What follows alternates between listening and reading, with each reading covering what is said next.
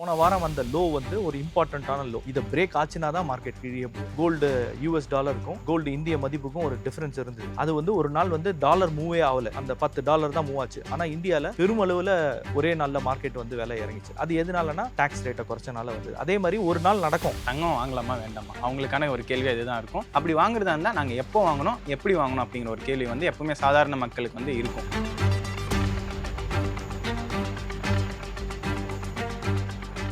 இங்க இருக்க ஒவ்வொருத்தரும் என்ன கொலகாரன தான்ல பாக்கா.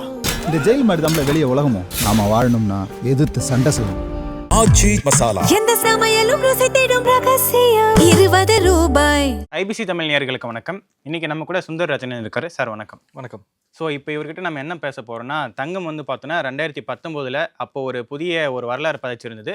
அதையும் சரி, இப்போ 2026 ஏப்ரலில் வந்து பார்த்தோன்னா புதிய உச்சத்தை தொட்டு இருந்தது. புதிய உச்சத்தை தொட்டு இருந்தப்ப இவர் வந்து என்ன சொன்னார்னா, அதுக்கப்புறம் தங்கம் விலை குறைய போகுது அப்படின்னு சொல்லியிருந்தாரு. சரி, இதுக்கப்புறம் எவ்வளோ தங்கம் விலையை குறைய போகுதுன்னு சொல்லிட்டு அவர்கிட்ட கேட்கலாம். சார், இப்போ சமீப சில நாட்களாக இந்த வாரோட இம்பேக்ட்டு, அதே மாதிரி ட்ரம்ப்போட இம்பேக்ட் இதெல்லாம் தாண்டி கோல்டு வந்து பார்த்தோன்னா இறங்கிட்டு இருக்கு. குறுகிய நாட்களில் எந்த அளவுக்கு இறங்குறதுக்கான வாய்ப்பு இருக்குது? மக்களுக்கு எப்போ ஒரு பையிங் ஆப்பர்ச்சுனிட்டி கிடைக்கும் சார்? ஓகே, இப்போ ஆக்சுவலாக பார்த்தீங்கன்னா ஒரு 20% டாலர் ரேட்டில் 20% இறங்கிடுச்சு. நெக்ஸ்ட்டு பார்த்தீங்கன்னா 3600ன்றது ஒரு முக்கியமான ஒரு மைல்கல்லாக இருக்கும். அந்த 3600 வந்து ஒரு பெரிய சப்போர்ட்டாகவும், அங்கேருந்து மேலே திருப்பி மார்க்கெட் வர்றதுக்கான வாய்ப்பு ஜாஸ்தி இருக்குது. இந்திய மதிப்பீட்டில் இன்றைக்கி பார்த்தீங்கன்னா நேற்று வரலும் கிராம் ரேட்டு சென்னையில் வந்து ஆபரண தங்கம் 22K வந்து பார்த்தீங்கன்னா ₹13,100 விற்றுது. இது வந்து ஒரு 11,600 ₹12,000 அந்த ரேஞ்சு கிட்ட போகிறதுக்கு வாய்ப்பு இருக்குது. நெக்ஸ்ட்டு இந்த வீழ்ச்சி வந்து தொடர்ந்து இருக்கிறதுக்கான சாத்தியக்கூறுகள் ரொம்ப ஜாஸ்தி. ஏறதோட இறங்கிறதுக்கான வாய்ப்பு ஜாஸ்தி. ஆனால் இமீடியட்டாக இப்போ ஒரு 20% வித்தின் ஒரு மாதத்தில் விழுந்த மாதிரி இமீடியட்டாக அடுத்த மாதமே விழுந்துருமா பெரிய லெவலில் அப்படின்னா அந்த மாதிரி கண்டிப்பாக நடக்கவே நடக்காது. ஒரு 2லேருந்து 3 வருஷம் வரலும் இது வந்து தொடர்ந்து இறங்கிறதுக்கான வாய்ப்புகள் ஜாஸ்தி இருக்குது. இப்போ ஸோ இப்போ நீங்கள் வந்து 2லேருந்து 3 வருஷம் அப்படின்னு சொல்லிட்டு ஒரு லாங் டேர்முக்கான ஒரு பிளான் மாதிரியே சொல்லியிருக்கீங்க. இது வந்து எந்த அளவுக்கு சார் இறங்குறதுக்கான வாய்ப்பு இருக்குது? இப்போ நீங்கள் வந்து ஒரு நம்பர் சொல்லியிருக்கீங்க, ஒரு 13,600 அந்த ரேஞ்சில் சொல்லியிருக்கீங்க. ஸோ அந்த ரேஞ்சுக்கு வந்து இது இந்த 2 இயர்ஸ் ஃபுல்லாக எடுத்து வருமா சார்? இல்லை சடனாக விழுந்துட்டு அதுக்கப்புறம் ரிகவர் ஆகிட்டு திரும்ப அந்த மாதிரி ரிகவர் ஆகி வருமா சார்? ஆமாம், கண்டிப்பாக ரிகவர் ஆகி வரதுக்கான வாய்ப்பு இருக்குது. இப்போ முன்னாடியே அந்த $5,000 இருக்கும்போது மார்க்கெட் விழ தான் போகுது. ஏன்னா நிறைய அப்போ மார்க்கெட்டில் பார்த்தீங்கன்னா டாலர் மதிப்பில் 7,000 தொடும் 10,000 தொடுன்னு சொல்லும்போது டெக்னிக்கல் அனாலிசிஸ் பார்த்தீங்கன்னா கண்டிப்பாக அது இறங்கிறதுக்கான சாத்தியக்கூறுகள் ஜாஸ்தி ஆயிடுச்சு. அதனால தான் வந்து நம்மளோட ஃபேஸ்புக், ட்விட்டரில் கூட நம்ம வந்து இறங்கும் அப்படின்ற மாதிரி போட்டிருந்தோம். எஸ்பெஷலி டார்கெட் வந்து 3,960ன்ற மாதிரி கொடுத்துருந்தோம். போன வாரம் வந்து கரெக்டாக எக்ஸாக்டாக 3,960 தொட்டு $4,100 வந்துடுச்சு. ஸோ மார்க்கெட் வந்து நெக்ஸ்ட் டார்கெட் 3,600 தான். ஸோ இங்கே போகிறதுக்கான வாய்ப்புகள் ஜாஸ்தி இருக்குது. ஆனால் அங்கே சப்போர்ட் எடுக்கும். ஏன்னா எல்லாமே பார்த்தீங்கன்னா ஒரு கோல்டு மார்க்கெட்டோ, ஒரு கிரிப்டோ கரன்சியோ, இல்லை ஒரு ஈக்விட்டி மார்க்கெட்டோ எதோ பார்த்தீங்கன்னாலும் அது ஏறி தான் இறங்கும், இல்லை இறங்கி தான் ஏறுமே தவிர ஒரேடியாக போயிண்டே கீழே இருக்காது. அதுக்கான நிறைய அப்போ தான் வந்து ஏன்னா உலகத்தில் வந்து நிகழ்வுகள் ஒரே மாதிரி நடந்துனே போகாது. ஒரு நிகழ்வு வரும், அடுத்த நிகழ்வு வரும். ஸோ மாறி நிகழ்வுகள் வரனால அதுக்கேற்ற மாதிரி அப்ஸ் அண்ட் டவுன்ஸ் மார்க்கெட்டில் இருந்துன்னு தான் இருக்கும். இப்போது லாங் டேர்முக்கு என்னோட பெர்ஸ்பெக்டிவில் லாங் டேர்ம் வந்து பார்த்திங்கன்னா கிட்டத்தட்ட அது எங்கேருந்து ஏற ஆரம்பிச்சதோ அந்த இடத்துக்கே திருப்பி போயிடும். அதாவது $1,800 கிட்ட $2,000 கண்டிப்பாக தொடுறதுக்கான வாய்ப்பு இருக்குன்னு நான் நினைக்கிறேன். என்னோட அனாலிசிஸ் பிரகாரம் எப்படி வந்து 1,800லேருந்து அது வந்து மார்க்கெட் 3,000 தாண்டி ஒரு 5,000 போகிறதுக்கான வாய்ப்பு இருக்குன்னு நான் சொன்னனோ, அதே மாதிரி திருப்பியும் மார்க்கெட் வந்து $1,800 இன்னும் ஒரு 2-3 வருஷத்துக்குள்ள வரதுக்கான வாய்ப்பு. அதுதான் சார், நானும் இதுதான் கேட்கலான்னு நினச்சேன். அது நீங்கள் 2-3 வருஷத்தில் இந்த 11,600 இந்த ரேஞ்சுக்கு போகலான்னு சொன்னீங்க, அதாவது இந்திய மதிப்பில்.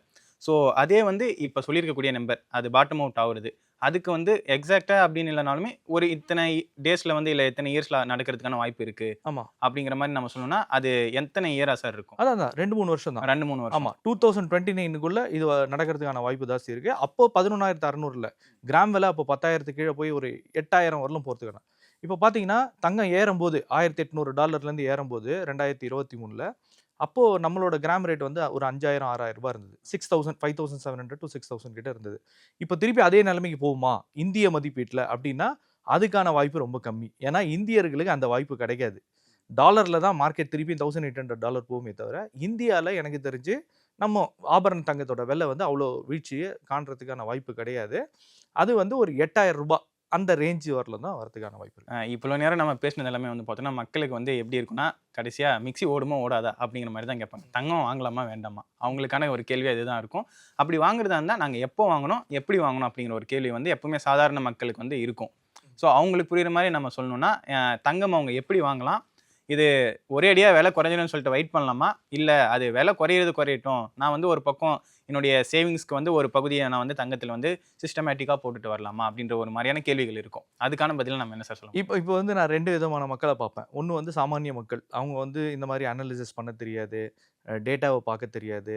கிராம் எந்த இடத்துல இருக்கு, எவ்வளோ போகும், உலகத்துல நடக்கிற பாலிடிக்ஸ் அதெல்லாம் அவங்களுக்கு தெரியாது. அப்போ வந்து அவங்க வந்து துல்லியமா கணிக்கிறது ரொம்ப கஷ்டமான விஷயம். இதே வந்து ஒரு ட்ரேடரோ, இன்வெஸ்டரோ ஆர் இந்த ஃபினான்ஷியல் செக்மெண்ட்ல உள்ள இருக்கிறவங்க, அவங்க ஓரளவுக்கு ஒரு அனலைஸ் பண்ணி எது சப்போர்ட், ரெசிஸ்டன்ஸ் அந்த மாரி பார்த்து அவங்களால ட்ரேட் பண்ண முடியும். ஸோ சாமானிய மக்களுக்கு நம்ம வந்து ஒரு கிராம வாங்குறோம்னா 2 விதமான தேவை இருக்கு. ஒண்ணு வந்து எங்க வீட்ல நல்ல காரியம் நடக்குது. நான் அதுக்காக வாங்குறேன். அந்த மாரி இருக்கும்போது அவங்களுக்கு வேற வழியே கிடையாது. ரேட் எந்த ரேட்ல வித்தாலும் அவங்க வாங்கி தான் ஆகணும். ஏன்னா நம்ம மக்கள் 90% மக்கள் வந்து தங்கத்த ஒரு ஆபரணமா வாங்கிட்டோம்னா, அத நம்ம விக்க போறதே கிடையாது. ஸோ அதனால நம்ம அத பத்தி கவலைப்பட போறதில்ல. ஸோ தங்கத்த எப்போ வேணா வாங்கலாம். அதாவது தேவை கண்டிப்பா இருக்கு. இப்போ ஒரு கல்யாணம் வருது, ஒரு குழந்தைக்கு பர்த்டே வருது. அப்போ நம்ம வந்து அத தவிர்க்க முடியாது. எந்த ரேட்ல வித்தாலும் நம்ம வாங்க போறோம். அதே மாரி அந்த வாங்கினத வந்து நம்ம ரேட்ட பத்தி கவலைப்பட போறதில்ல. அது வந்து காலங்காலத்துக்கு நம்ம பரம்பரைக்கு இருக்க போது. ஸோ அதனால அது வந்து ஒரு இன்வெஸ்ட்மென்ட். சாலிடான ஒரு இன்வெஸ்ட்மென்ட். அதனால ரேட்ட நம்ம பார்க்க போறதில்ல. இப்போ அதே மாரி இப்போ ரேட் ஜாஸ்தியா இருக்குன்னு வச்சுக்கங்களேன். 10 கிராம் வாங்க வேண்டிய இடத்துல 8 கிராம் வாங்க போறோம்.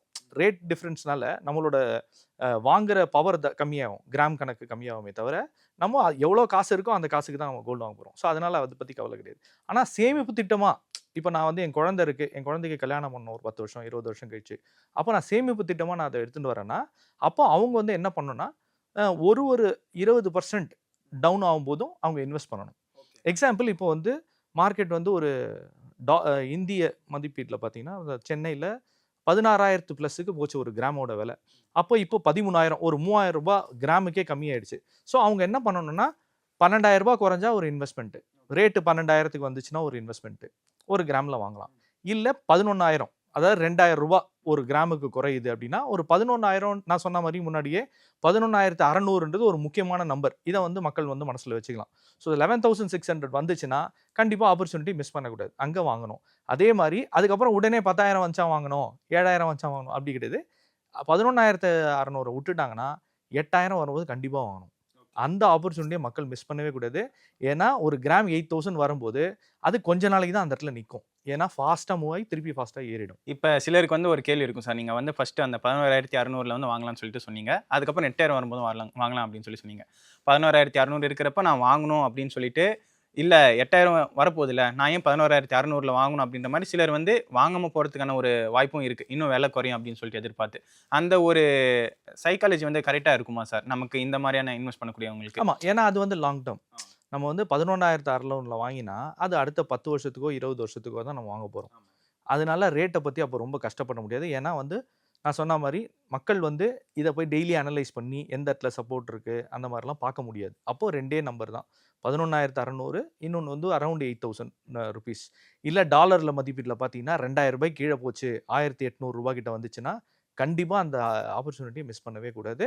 1,800ல வரும்போது அப்போ என்ன நடக்கும் அப்படின்னா, இப்போ எக்ஸாம்பிள் 5,600 போம்போது என்ன ஆச்சுன்னா, 7,000 10,000 சொன்ன மாரி 1,800 வரும்போது 1,500 1,000 அப்படின்ற நிலைமைக்கு 8,000ங்கிறது இன்னும் 5,000 4,000க்கு போவோம் அப்படின்னு ஆமா. சொல்லிட்டு அந்த மாரி வரும் சூழ்நிலை. அதெல்லாம் மனசுல ஏத்துக்காம, YouTube இதெல்லாம் பார்த்து இன்னும் இறங்கும்னு சொல்லும்போது, அத நம்ம யோசிக்காம, இது வந்து ஒரு முக்கியமான நம்பர். அதனால இந்த நம்பர்ல வாங்குறது வந்து ஒரு உபயோகமா இருக்கும் மக்கள். இது ஆக்சுவலி இதுல இருந்து தான் சரி. நான் இப்ப கேட்ட கொஸ்டின் அதுதான். இப்ப 11,600 வந்து ஒரு பாட்டம் சொன்னீங்க. அதுக்கும் மேல வந்து பாட்டம் அவுட் ஆகக்கூடிய இடம் வந்து பார்த்தீங்கன்னா, ஒரு ரூ. 8,000 ரேஞ்சில அப்படின்ற மாரி நீங்க சொன்னீங்க. இப்ப 11,600 வரப்பயும் இன்னும் ரூ. 8,000 போகுதில்ல. நான் ஏன் இப்ப வாங்கணும் அப்படின்னு சொல்லிட்டு அது விட்டுட்டு, ஒரு வேள நீங்க இப்ப பிரெடிக்ட் பண்ணியிருக்கீங்க 8,000க்கு பாட்டம் அவுட் ஆகுறதுக்கான வாய்ப்பு இருக்குன்னு சொல்லிட்டு. அந்த இடத்துல விட்டுட்டு இந்த 8,000 வந்து திரும்பி அது பீக் ஆயிட்டா, அந்த ஒரு ஆப்பர்ச்சுனிட்டிய மிஸ் பண்ணிட்டாங்கன்னா, அவங்களுக்கான ஒரு டிப்ஸா வந்து நம்ம சிஸ்டமேட்டிக்கா இன்வெஸ்ட் பண்றது சொல்றதுக்கான ஒரு அதான் வாய்ப்பு இப்ப இருக்குமா நான் சார்? சொன்னதே சிஸ்டமேட்டிக் இன்வெஸ்ட்மென்ட் தான். இப்ப சிஸ்டமேட்டிக் இன்வெஸ்ட்மென்ட்னா மாசம் மாசம் நீங்க வந்து ஒரு தொகைய போட்டு அத வாங்குங்கன்னு சொல்றதோட, இப்ப வந்து ரேட் 13,000ல இருக்கு. இப்போ போய் நான் வந்து சிஸ்டமேட்டிக் இன்வெஸ்ட்மென்ட்ல கொஞ்சம் கொஞ்சமா வாங்குறதோட, கொஞ்சம் வெயிட் பண்ணாங்கன்னா அது கீழே வரும். எக்ஸாம்பிள் இப்போ இதெல்லாம் இல்ல. மார்க்கெட் இன்னிலேருந்தே மேல போயிடுது. ஏன்னா இதுவும் ஒரு முக்கியமான நம்பர். ஏன்னா இன்னைக்கு நம்ம பேசுறது வந்து ஜூன் 30ஆம் தேதி. இன்னைக்கு பார்த்தீங்கன்னா ஸ்பெசிஃபிக்கா இது வந்து ஒரு குவார்ட்டர் க்ளோஸ்.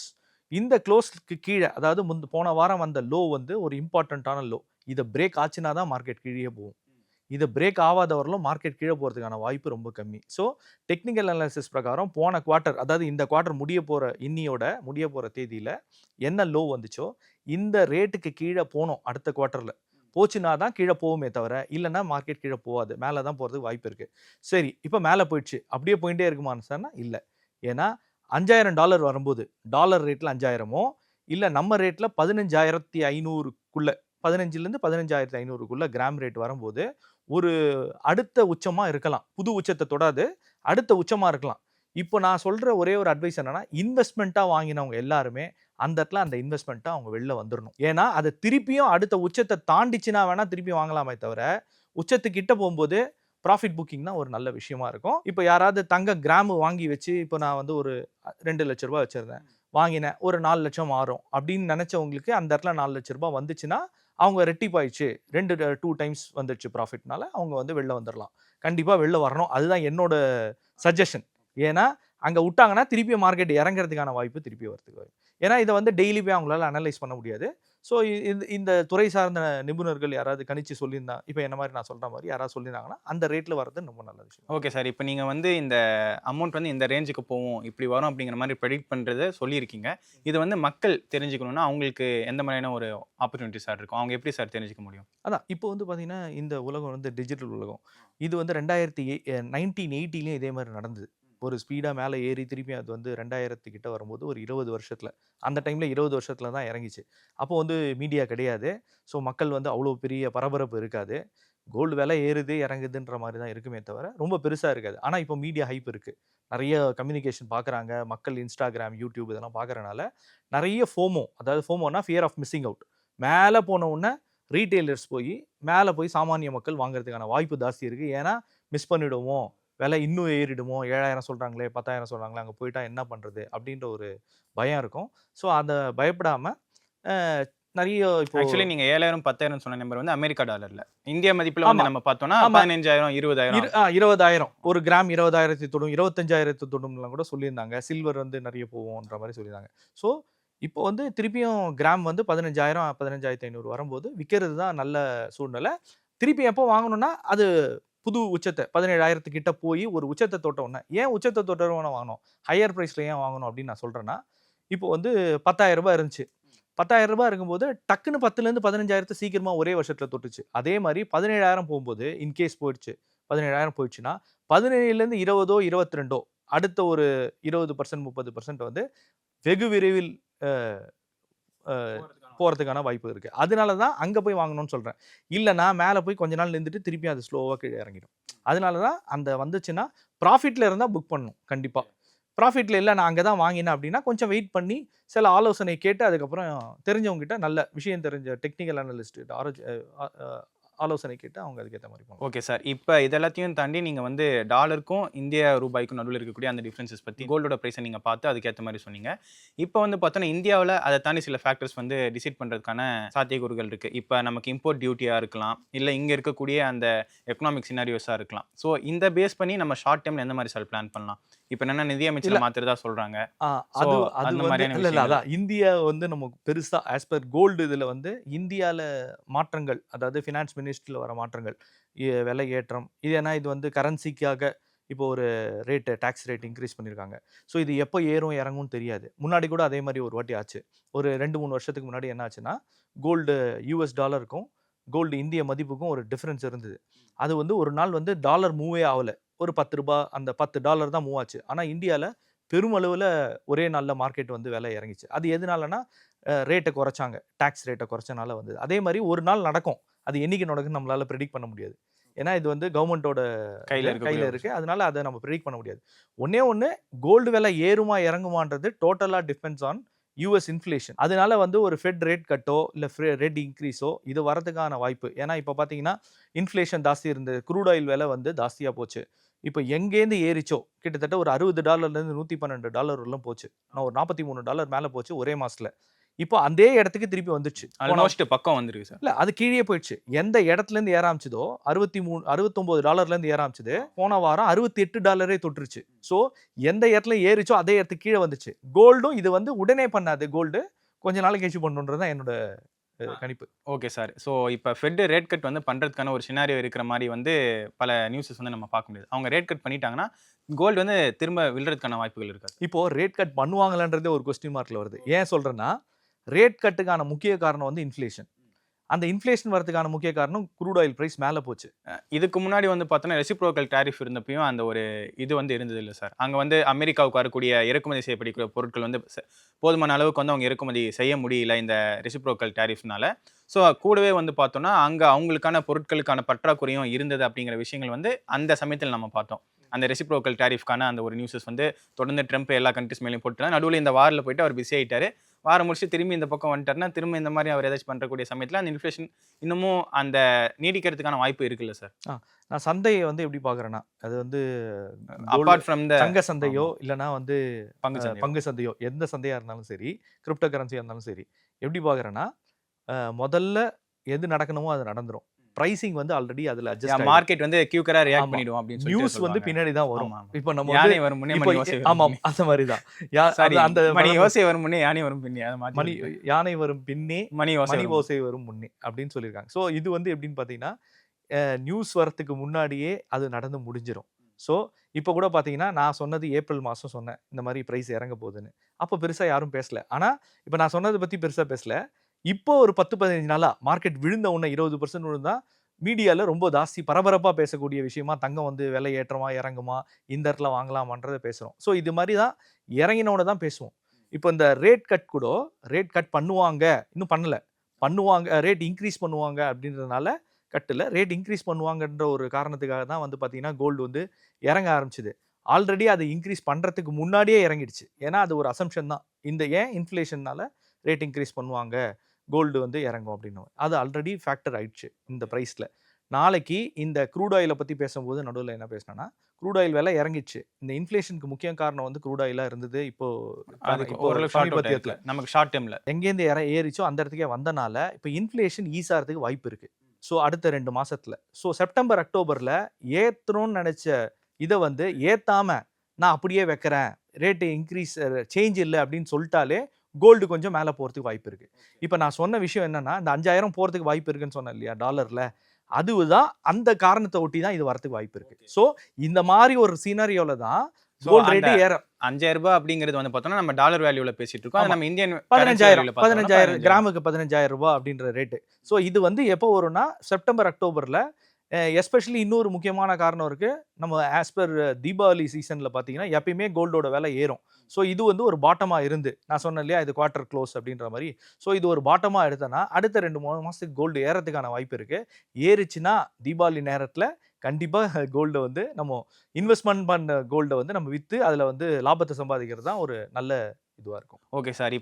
இப்போ இருக்கக்கூடிய சூழ்நிலையில் கோல்ட் ப்ரைஸ் வந்து இறங்குறதுக்கான காரணம் என்ன, அடுத்து எப்படி போகுது, மக்கள் எந்த தருணத்தில் வாங்கலாம் அப்படிங்கிற மாதிரியான நிறைய விஷயங்கள் பற்றி விவாதிச்சிருக்கோம். உங்கள் நேரத்துக்கு ரொம்ப நன்றி சார். நன்றி நேயர்களே, மற்றொரு நிகழ்ச்சியில் சந்திப்போம். வணக்கம். இங்க இருக்க ஒவ்வொருத்தரும் எனக்கு கொலகாரனதாம்ல பாக்கா. இந்த ஜெயில் மாதிரி தான் வெளியே உலகமும் நாம வாழணும்னா எதிர்த்து சண்டை செய்யணும். எந்த சமையலும் ருசி